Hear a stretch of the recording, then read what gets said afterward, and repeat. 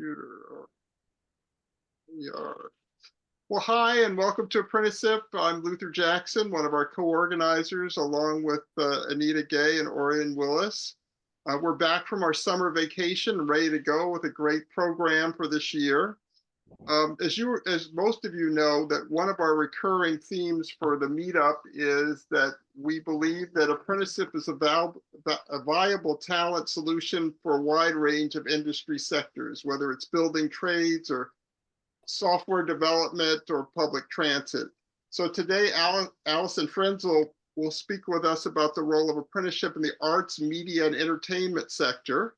And that sector, I found out today, is the state's largest career technical education sector with 260,000 students statewide. She's the arts, media, and entertainment sector and youth apprenticeship leader for the State Department of Education. So welcome, Allison. It's great to see you. Here's the agenda. I'll lead us in brief introductions. Just ask for your name, title, and organization. Allison will provide an overview, and then we'll dive into a dialogue. And then Anita will wrap this up at around 5:25 or so, and you'll be on your way and off to dinner. So let's start with introductions. I'll start with Allison. Go ahead. Yeah, thank you. I mean, you covered it. I work for the California Department of Ed. I am the youth apprenticeship lead in the arts, media, and entertainment industry sector lead for career education and career technical education, and have been building this apprenticeship thing here for the last 5 years. So we're going to talk a little bit about that today, and then also go into some of the shifts that we've seen in the industry over the last 5 years. So thank you. Orion. Yeah, Orion Willis, City and County of San Francisco Tech SF and fellow ApprenticeSIP co-founder. Super excited to hear what Allison's up to lately. She's definitely a trailblazer in the space, and I got a lot of respect for her. So great. Erwin, hi. Hi, Erwin Jankovic, formerly of the Metropolitan Water District of Southern California, where we started an apprentice program 22 years ago. Great. Hi, Mike. Hey there, Mike Roberts. I am the founder of Creating Coding Careers.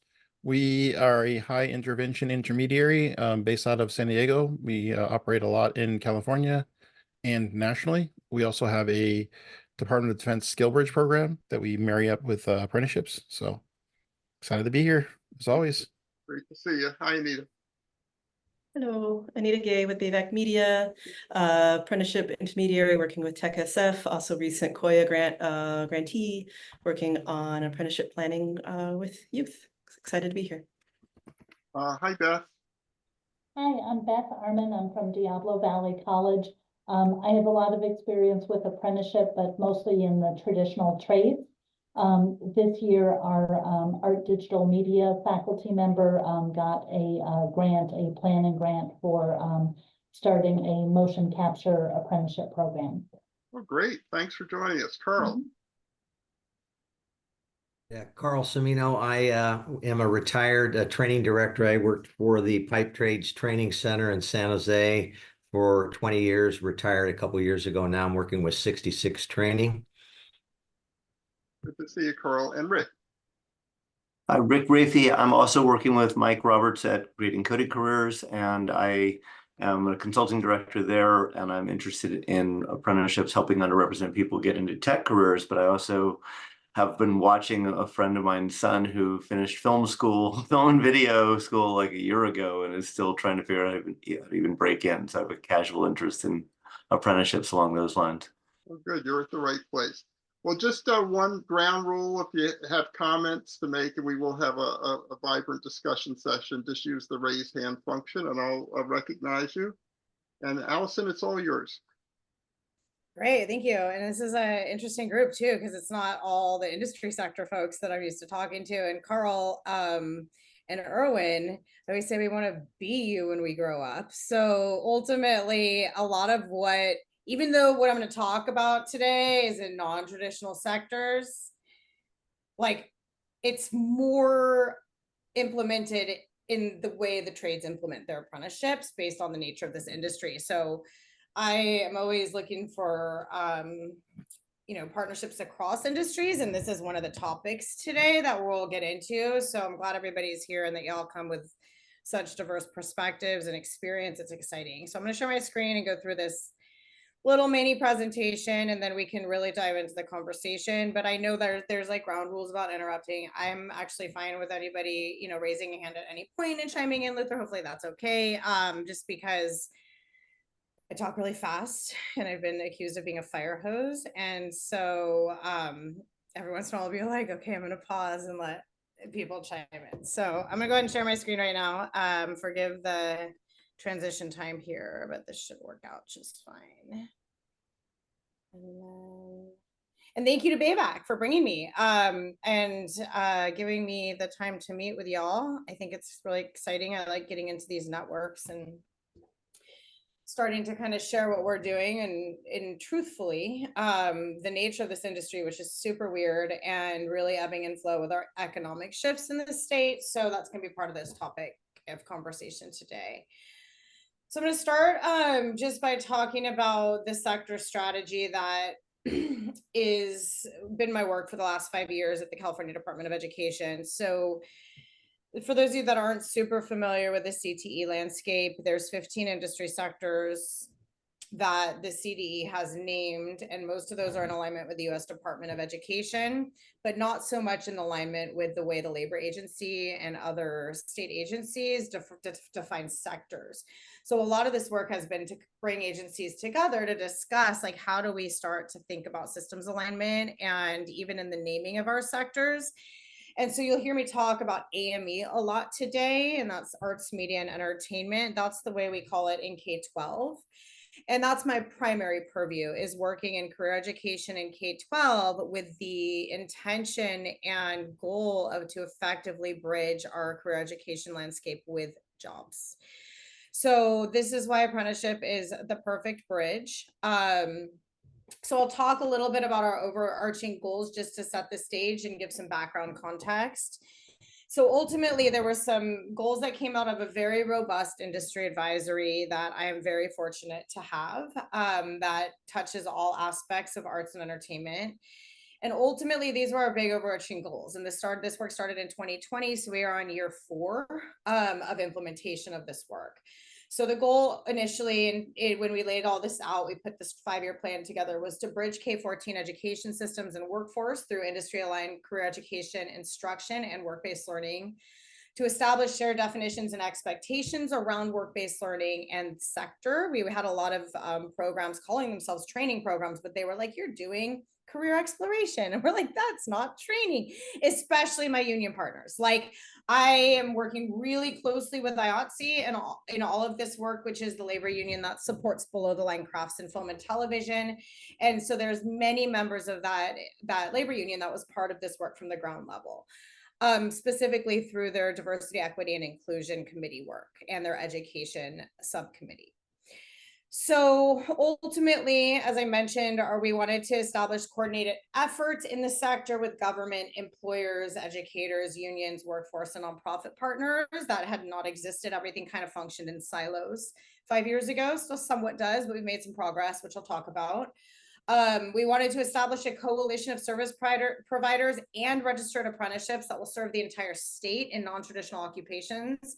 When we started this work, there was one nationally recognized program called Arts to Work that Bayback actually still works with. And Anita, wasn't Wendy like the executive director or something at some point? Yeah, she's still there. Yeah, and we're actually partnering with them on the current COIA. Yeah, so we're still, we're working. Yeah, you're still working with Arts to Work. So Arts to Work like pioneered this. Like so Bayback has Wendy Levy, who I guess former AD at Bayback, right? Is that right? I know that I don't believe is the case, but she's been associated with Bayback for a while, and I could be. Yeah, I feel like there was some employment thing in the history of it. Could have been Baycat too, but I don't know. But anyways, she pioneered this work. Oh, my battery's gonna die. And really like set the stage and templates for a lot of other folks to follow. And her focus was really empowering creatives in entertainment and tech to have their diverse stories heard, right? So we were fortunate enough to learn from what she did and build apprenticeship programs specific to different parts of the sector: animation, visual effects, and games, live entertainment, film and television with an emphasis on post-production. And I'll get into that in a minute. And then ultimately to mobilize around strategies to increase access to jobs for historically excluded communities. So the one thing that's important to note about this industry sector, it is, we call it exclusion by familiarity. It's essentially who you know that gets your foot in the door.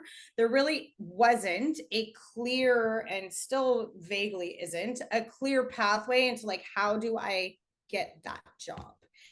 And that crossed into corporate, it crossed into production, it crossed into all the spaces. So this group, this huge coalition that I am very fortunate to have rallied, was really committed to creating, I use this analogy all the time, the doors and windows to the fortress that had no doors and windows. And that's credit Felicia Rashad. So this is kind of the overarching sector strategy, and how we've gotten to where we are was really narrowing down our goals and then focusing actionable work around those goals. So some of the things we've accomplished, we designed and released an industry skills frameworks for the state. It's amazing. It's my second born child. It has over 180 industry professionals that contributed to it. It can be leveraged in all spaces, K-16, community-based organizations. And this is the basis and the foundation and the framework for all of the existing registered apprenticeships that are statewide, and is a tool and open source for anybody wanting to build. We established a coalition, a collective impact group called the Entertainment Equity Alliance. And this is a way to pull together all the nonprofits and workforce development focused nonprofits in the entertainment industry into one collective model for impact. And then we established a network of registered apprenticeship programs centering 501c3s that are able to serve the entire state. And that list will grow now that there's a template, right? And we really want to start adding the regional programs like BAVAC and others into this entire kind of like landscape. We recently just built a digital badging certification protocol, because there's no industry recognized certifications outside of software in this space. So that's been fascinating, working with HR and recruiters who are actually assessing student work and issuing these badges. And then ultimately we will be publishing an open source library of apprenticeship connected course outlines for either community college or high school programs to map their curriculum. So these are some of the outcomes that are connected to those overarching goals. And these are the target pathways that we've built upon, and these came from employer needs. So everything was based on the industry advisory, which was robustly, made up of employers who helped us determine which occupations they basically needed to fill in the industry. That's how it started. The evolution is fascinating. Okay, so we're talking, this is 5 years ago, very interesting time. And I will share this deck. Oops, I need to go backwards to the occupations. So basically, and I'm trying to go fast so we can save most of the time for discussion, but again, like, tell me to shut up or put something in the chat if I'm going too fast. These are the, I just stopped share. Did I stop share? You're Nope. fine. I can't see my screen anymore. I clicked something. Yeah, we can see I it. can still see it. Weird. Okay, how do I restart? Hang on. It says my screen sharing is paused. Let me see if this works. I'm going to share again in case that helps me. Share. All right, I'm having a Zoom glitch. Resume. Boom. Okay. Just stop screen sharing and start it again, and you should be fine. Yeah, can you see that now? Do you see the slide that has music forward, brick foundation handy? Yeah, and you're moving your cursor. Sweet. Okay, we're back. So these are the occupations we registered, and these are the organizations that essentially said we would be willing to support the entire state and the CTE landscape in building this ecosystem. And all of these, except for the Arts to Work occupation of multimedia producer, are below the line. And what that means in the industry is these are like the support system for the Beyoncés or whoever, right? So this is not so much for the focused on the creator, although that's the dream. It's really focused on the ecosystem supporting that creator. And that's something that we would love to, like the day somebody is like, I have a W-2 job full-time for a dancer, I will be like fully happy in life. But that is not the nature of the industry. That is mostly 1099 employment. So we had to really round peg square hole some of this work to meet the good jobs goal, right? Which these are family sustaining jobs that, you know, with labor at the table throughout the entire process. So this is where we're at right now with the statewide programs. Here's the big picture. So lots of schools in the state are mapping their curriculum right now. Here's just a few. There's a lot. We got a $3.5 million higher training partnership grant that's kind of fueled. We paid 6 labor unions to build training programs. We didn't pay them, but we funded them. They've never been able to do that internally. We funded 17 entities total, and all of the entities that were funded in the higher training partnership had to come in with a partner. So the only way a nonprofit could join this party is if they had either an employer partner and or a labor union partner to make sure that those humans that nonprofit was serving were supported with their work. So that's the way we shaped the High Road Training Partnership Grant, which was the first ever time the Workforce Board had issued a grant for this sector, and it's a huge build. So that's the scope. And I know I'm like running, I thought this was a much longer presentation, so I'll run through this last part because this is the meat of why we're here. Ultimately, the structure of these apprenticeships have to be flexible. They're project-based. So similarly to the trades, an apprentice is supported by the program sponsor, but might actually over the course of their 2,000 hours be supported by 2 to 5 employers. Like if there's a Netflix project and it's only, you know, whatever, let's say 700 hours, this apprentice is carried through that program sponsor, works with Netflix, who's the employer of record, just like as in a, you know, in a construction site, you might have one employer for a shorter project and one employer for a much longer project. And then that program sponsors carries them to the next project with the next employer and monitors and facilitates that whole process. We use an employer consortium model for this purpose. So like ultimately there's multiple employers at the table for each of those program sponsors. In theory, that has shifted a little bit based on the nature of the industry, considering like I would say 80% of the folks who built this are all laid off at this point, which we'll get to. And these are all competency-based models. So ultimately like this, the individuals can move throughout the pace that they are demonstrating proficiency. That is their end game. So that is the model that has worked. Flexible meaning because this industry is project-based and largely 1099 employment, we have had to do a lot of round peg square hole situations. Thankfully, it's working so far. We currently have 51 apprentices registered across that in the last year, across that network that I shared. It's a rapidly changing industry. Okay, here is some interesting culture shifts I wanted to talk about, and this will be kind of the meat of our conversation. So we built this in a huge boom. Okay, in 2020, there was so much job creation, it could not fill the jobs, especially in animation and gaming. There was remember the metaverse? Okay, sorry, some of you will remember that. I think that's a funny comment. The metaverse was this thing. Epic Games was like buying all this stake in this virtual reality concept that actually like kind of didn't like became a hashtag remember the metaverse situation. The streaming war, booming content creation. Everybody was like, all these companies were starting to like have these streaming things, and there was so much original content being produced back in 2020 and 2021, and extra content for animation during the time that you couldn't do physical production because of COVID. Explosion of corporate DEIA initiatives, efforts, and funding following the murder of George Floyd, and the establishment of multiple 501c3 organizations dedicated to this work. So that's what we saw 4 years ago. And when we started this work.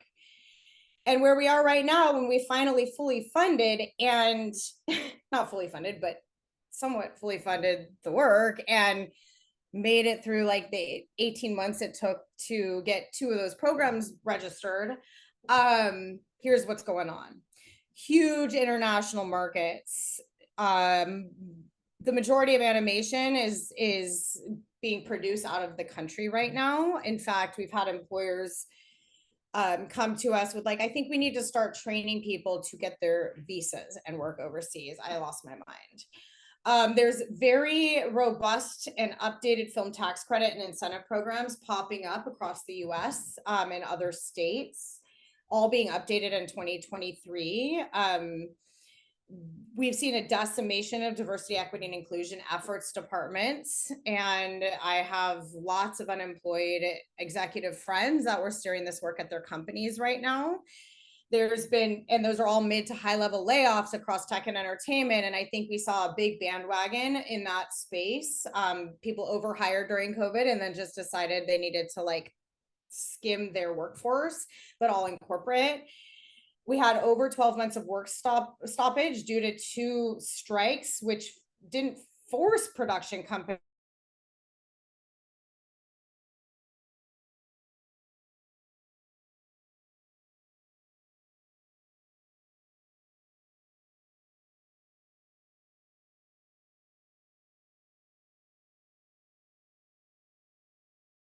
That's important and priority in apprenticeship.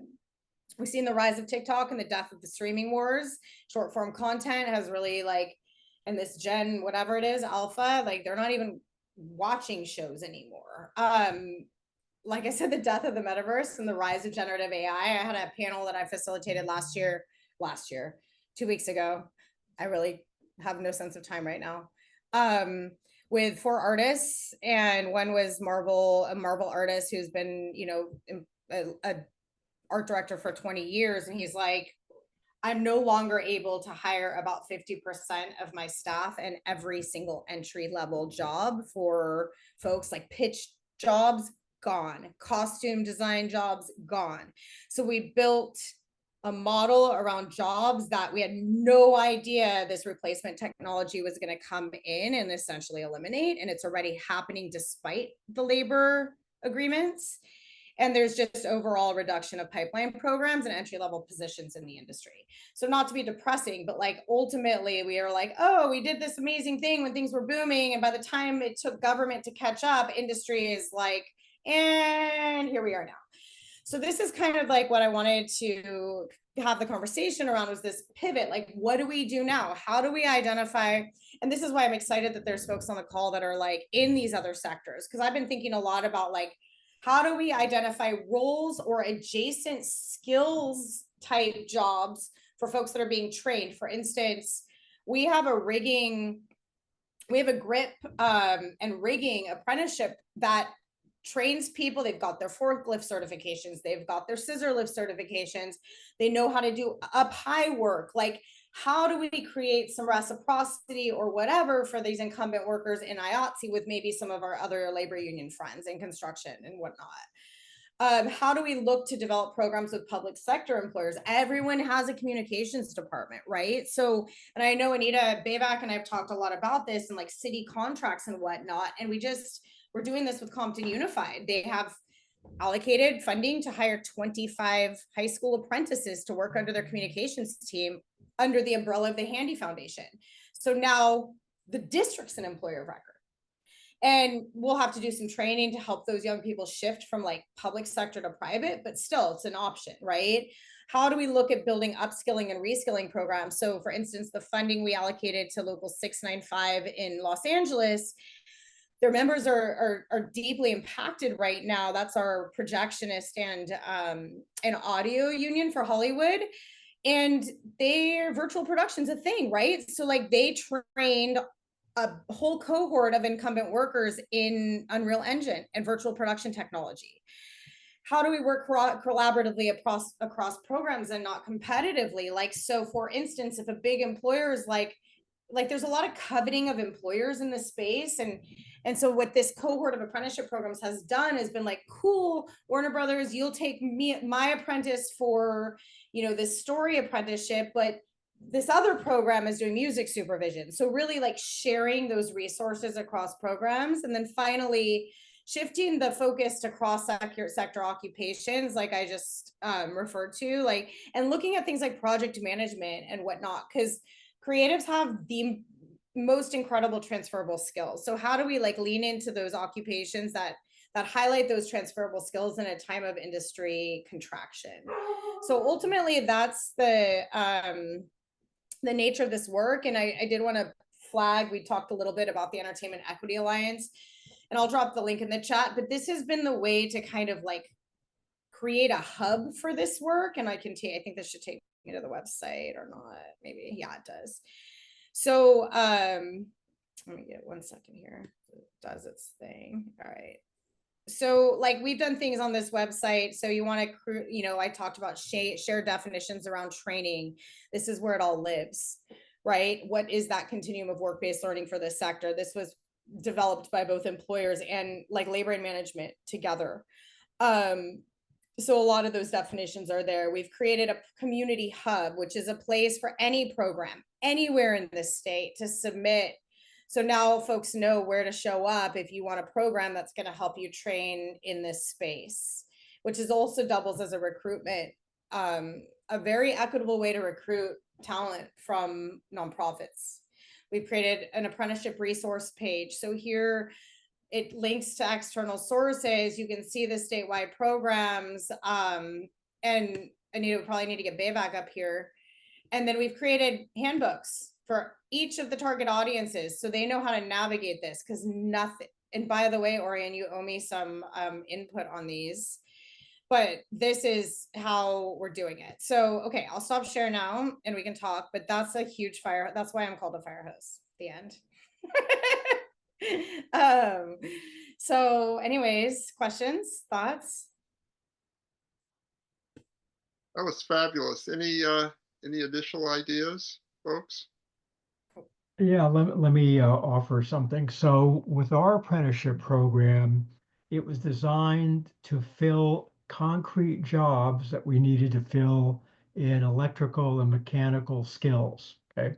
And the program was a 4-year program ending in a journey level certification so that you were eligible to take the jobs we really needed to fill.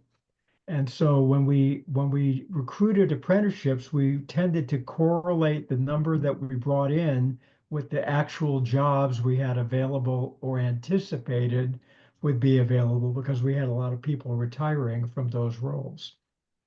The key thing in the apprenticeship program was it was pretty much 90% on the job, 10% classroom. And so the question that your field, because I also have a son in entertainment who's a screenwriter, and it's a very tough field to get into everywhere. So, but in general, in parallel to that, in the skills and HR community, there's increasing focus on not focusing on degrees for hiring, but focusing on particular competencies or skills that people bring to the party. So in a sense, that's another opportunity of using the badge concept to say, we have a person who we've certified to be able to do A, B, C, or D. And if they collect enough badges for the company they want to work with, you know, that's one way to use the system. But you know, are companies going to want to educate other companies' people? So what are your thoughts on how that works? Well, first of all, I want to speak to the first thing you mentioned, because what you described is obviously best practice, right? Like apprenticeship is filling a workforce need. What's interesting about this sector is this is serving a diversity need. And so it's not always, that's been the hard challenge, is like we're trying to solve, there's a very very apparent lack of diversity in the entertainment industry, especially in roles of leadership in some of our labor unions. And so when this all started, it was like we knew it would never essentially scale. Like, we're not doing factory workers. It's going to be small. It's going to be based on where there is employment, but there's never, ever, ever been apprenticeship adopted in corporate or below the line production in this industry. So the way it's always been done is like, especially with, I'll talk about like the IATSE pipelines, you have to have 30 days on a union show to get your union card, but you can only get 30 days on a union show if that show is either a flipped, so it's a non-union show that gets flipped, or if everybody is working in the industry and they get permits. So it's really locked, right? Like, unless you have a family member who's a department head that can get you in, like, which is how it's been for eons.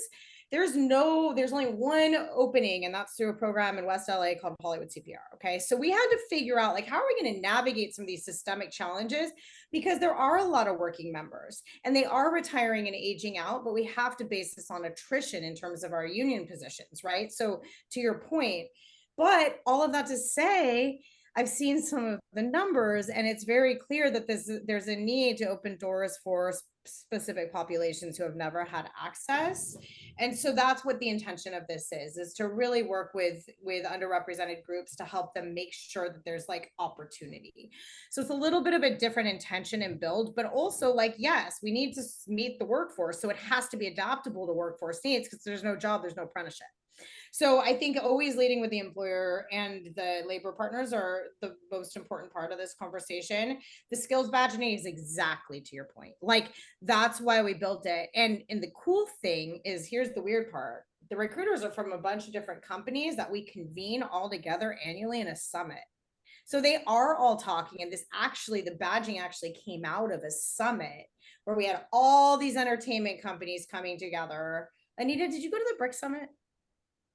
So it's called the BRIC Summit, and we have it break, reinvent, impact, and create. And they bring together industry leaders annually to kind of solve for the problems, right, that the industry is seeing. And so those badges came out of that. Exactly. And they're all recruiters. And so they do talk. And so we have that alignment, thankfully, amongst most of the studio partners. So that's a great I point. think there's more of an opportunity in the upskilling, reskilling business than there is in the attracting apprenticeships to a lot of this industry. Yeah, Because there are tons of people in jobs who are worried they don't have AI skills, but they don't want to right. tell people they don't have AI skills. And so if there's a mechanism that guarantees them some level of competence, proficiency in different areas that the modern world needs, they might want to do that and have that on their record in some form. Yeah, absolutely. And I think that was the point of that's exactly why Local 695 decided to take a cohort of their incumbent workers and train them on Unreal Engine, which is basically 3D software used to create these epic sets that you see on The Mandalorian. Like, they're not real, it's all images. So like, our folks that have been like come from a projectionist union are going to have those tech skills in order to keep up. And so that is a huge part of this work. So I'm glad you're able to point that out. One of the things that you just mentioned around like skills-based hiring and sort of shifting the mentality of hiring, one of our frequent guests here, Cameron, sent me a post earlier today of a report that was done by Burning Glass and Harvard Business School. And I don't know if anybody else has seen it, but it basically says that the actual numbers of people, when we talked about like the promise of skills-based hiring, is that it's like less than 1 in 700 hires last year came through like a skills-based hiring. So I think it's been a big talk for many years, stackable credentials. I'm fairly bullish now on apprenticeship degrees, and I feel like since education's getting a lot of the funding, can we piggyback apprenticeships on something that's already getting well funded? But I'm kind of curious what other people's take is on that stat. If we take that as real, that it is 1 in 700, even if we remove the degree requirement and we do a great job of like assessing the knowledge, skills, and capability, like, is that really enough? Because I think it's really hypothetical that folks will buy into that. Well, there are two forces. The baby boomers like myself are retiring, and so leaving the workforce. Population is shrinking a little bit, and industries are undergoing anticipated large changes due to AI stuff. So it's a very interesting challenge to define what they really need. Generative AI is going to probably transform itself into something else in 2 years. So if you're teaching them that, they're going to be outdated in 2 years. And or be shut down because of the way it unethically scraped, like it taught the machines on copywritten work without compensating, crediting, or getting permission from the owners of that work. So there's multiple class action lawsuits right now against big tech, from music industry to concept art and to media, print media. And there's potential outcomes of them having to start over with an opt-in, and they, as it should, right? So this was untethered, unregulated tech, still is. So I'm glad you brought that up. I mean, that's a very good point. And look at the metaverse, right? That was like real sexy a couple years ago. So that's a really good point, both of you. And Mike, in my comment to that, was that a game study? Do you remember? Or was it just general industry, all industries? Because I saw a Glassdoor game study. Oh, here it is. So I just dropped the report in there. Like I said, it was just shared with me as recently as, like, I think she shared it with me, I think last night, and she's like, "Did you see this?" I was like, "Nope." Yeah. It reminds me of like 6 years ago when every big tech company would hire like a chief diversity and inclusion officer, but then they had no headcount.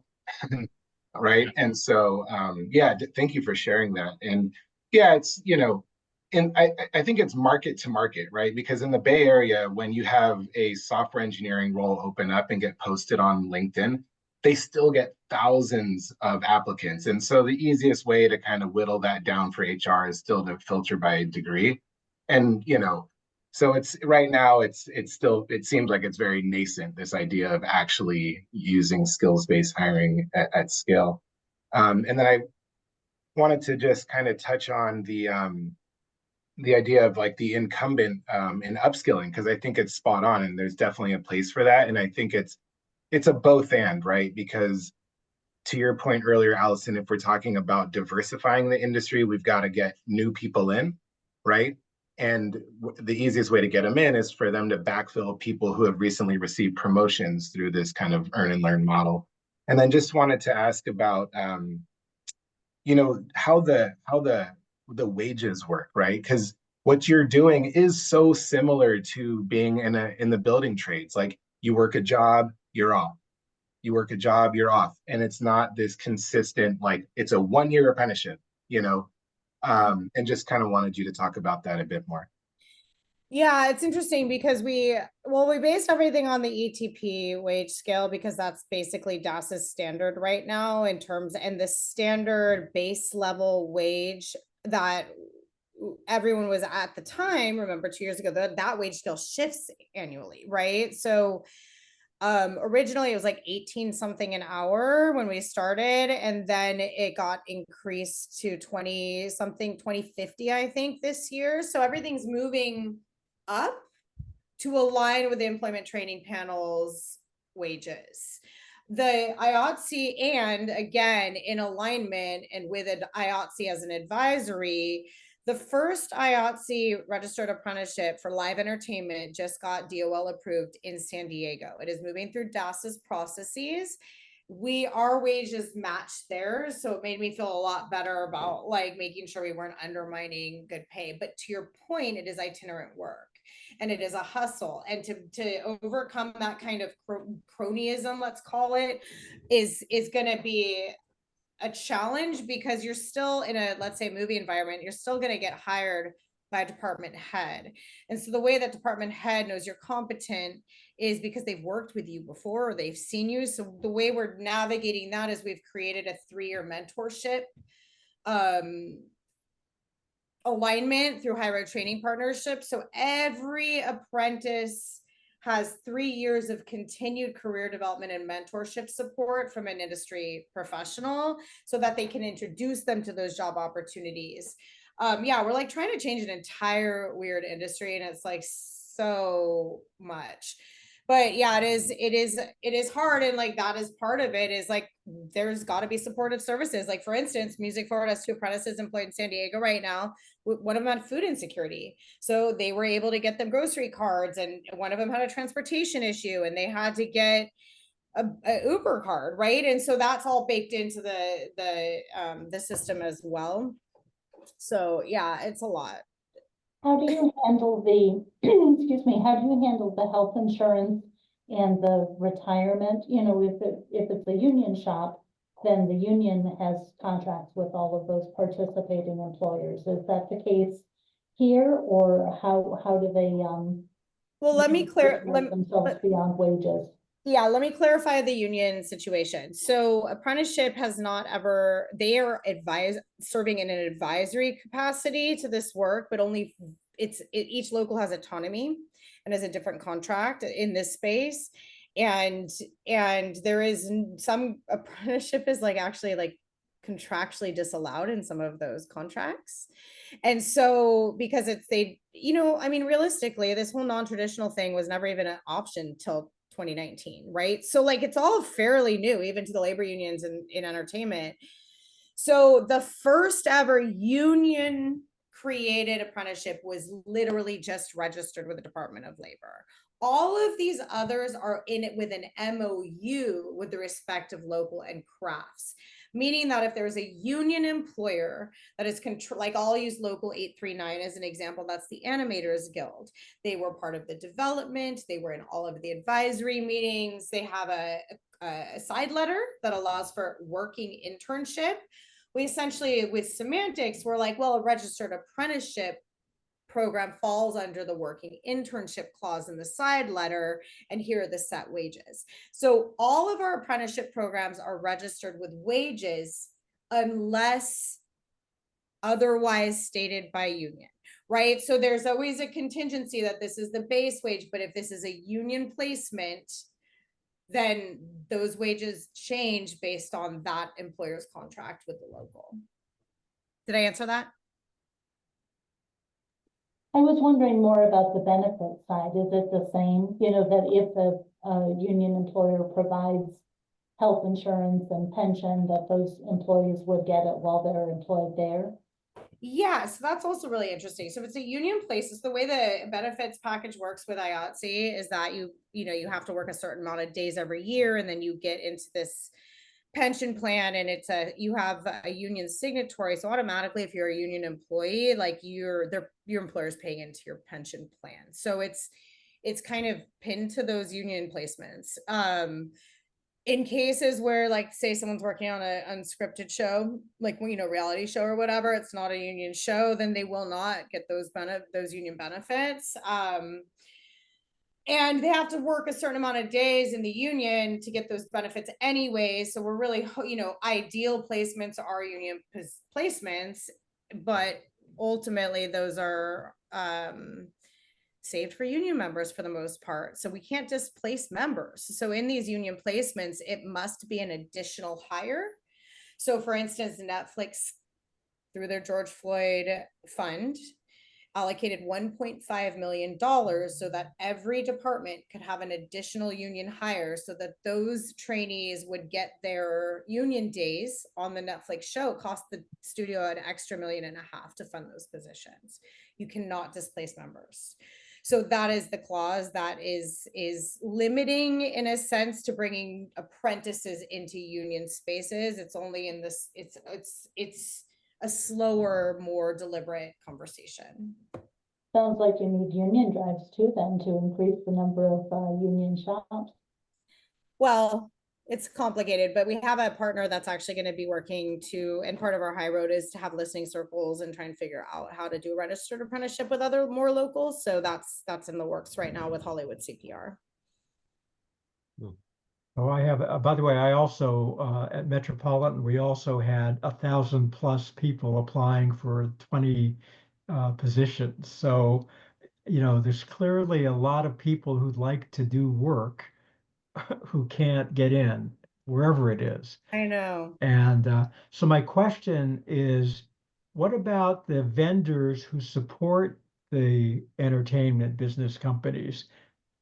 Are they a potential user of the skills that are trained in an apprenticeship program or a modified apprenticeship program? You ask the best questions because that's actually where most of our live entertainment positions are with the okay. vendors.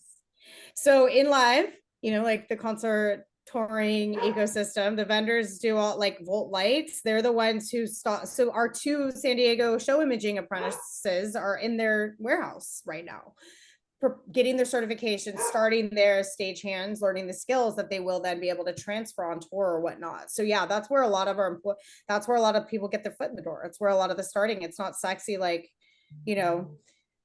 what all the other fun, like being the touring lighting designer, but like you're literally making your connection. So that is actually, yes, that is part of the employment pipeline. And then I see Carl, you have your hand up and you came back.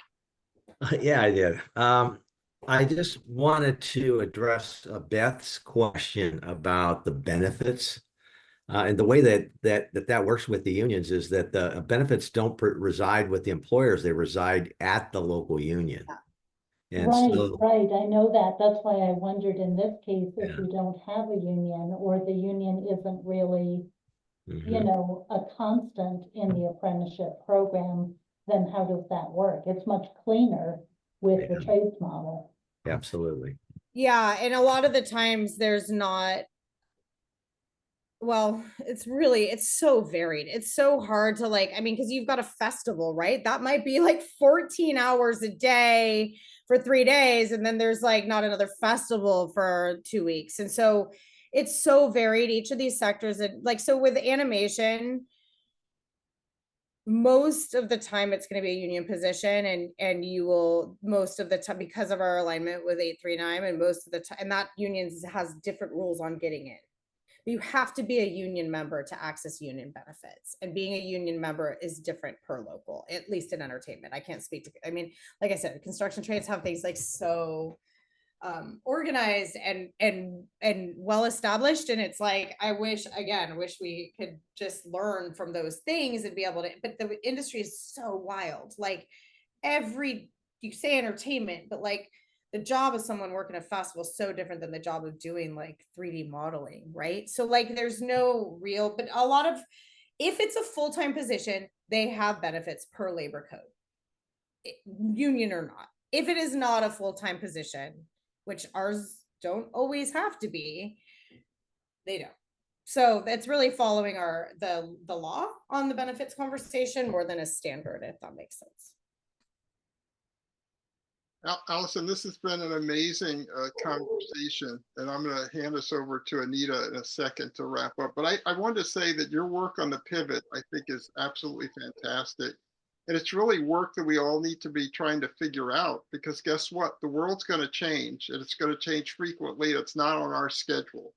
So the fact that you're kind of almost playing an intermediary role of, how these skills transfer and everything, I think that's something that a lot of apprenticeship programs need to look at, because one of the things we've certainly seen in tech is that, it's great as long as the industry is going well, and then everything goes upside down.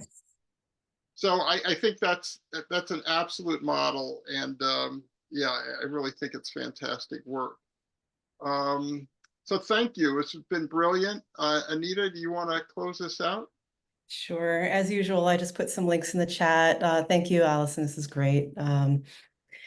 folks who haven't already filled out the survey, or if you have additional thoughts on this session or future sessions that we might hold, please do share your thoughts with us. It's always super helpful to hear what you think of what we're providing the community and what you would actually like to see that we haven't provided yet. And same with joining our meetup group. It's just a great way to kind of keep in the loop. I will be sharing out a recording of this session and Allison's slides on Monday. So keep an eye out for that email. And then our next session is going to be in October. It's going to be on October 23rd. And our guest will be Elise Ashburn, who's the co-founder and editor of WorkShift, which is a digital hub for news, analysis, and opinion focused on whether our education and training systems are meeting the needs of learners, workers, and employers. She'll talk about new-collar apprenticeships, which are pathways to well-paying high-skill careers for workers without four-year degrees. So that's the information I have for October 23rd. I will absolutely send out an invite to everyone. And again, if you aren't on our email list yet, you can add that in the form that I put in the chat.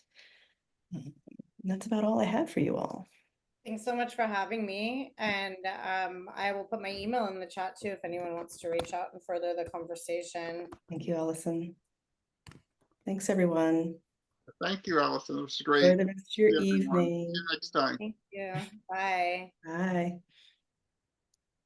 Thank you, guys. Thank you.